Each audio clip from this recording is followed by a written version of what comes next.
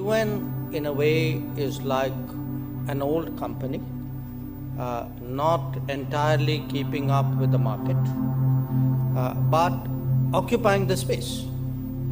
And when it's behind times, in this world you have startups and innovation, so different people start doing their own things.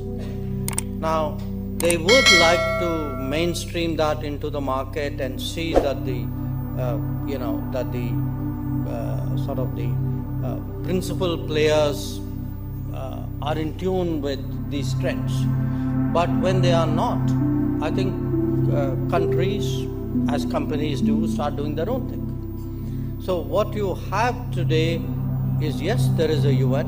At the end of the day, however suboptimal it is in functioning, it's still the only multilateral game in town. But when it doesn't step up on key issues, countries figure out their own ways of doing it. So if you look, for example, let's take the last 5 or 10 years. Probably the biggest thing which happened in our life was COVID.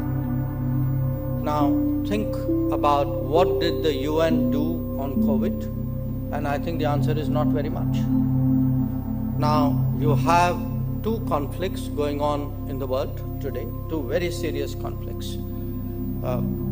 Where is the UN on them? Essentially a bystander. So what is happening is that, as you saw even during COVID, countries either did their own thing, or you had an initiative like COVAX, which was done by a group of countries.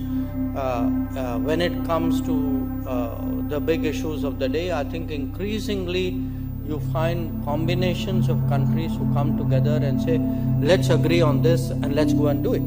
So you have, let us say, connectivity, and you have something like IMEC. So you have India, Middle Eastern countries, European countries, US doing their thing.